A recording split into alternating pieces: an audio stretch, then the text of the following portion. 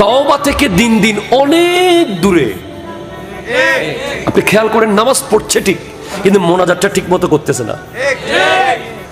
নামাজ পড়ছে ঠিক, নামাজের পরে আল্লাহর কাছে কাকুতি মিনতি করা। এবং আগে আমরা খেয়াল করতাম যে মসজিদের এক কোণা থেকে হঠাৎ একটা কান্নার আওয়াজ আসতো।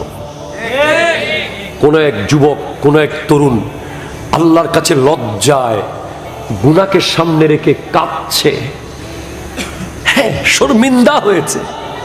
এই শর্মিন্দগি উঠে গেছে, লজ্জার পর্দা উঠে গেছে। নামাজে যাচ্ছে তরুণ প্রজন্ম, তবে আর্টিফিশিয়াল। এখানে কোনো রু নাই, এখানে কোনো মোহাব্বত নাই। মোহাব্বত থাকলে 2 রাকাত পরে চলে আসতে পারতো না, সে 12 রাকাত পরে আসতো। ঠিক কিনা কথা জোরে বলে? নাদামত, শর্মিন্দগি, লজ্জা। যার কাছে লজ্জা থাকবে তার কাছেই তওবা থাকবে। যার লজ্জা নাই তার তওবাও নাই। তওবা কে করে? যে কাজটা করার পরে লজ্জা পাইছে, ইস কি করলাম। ঠিক কিনা বলেন?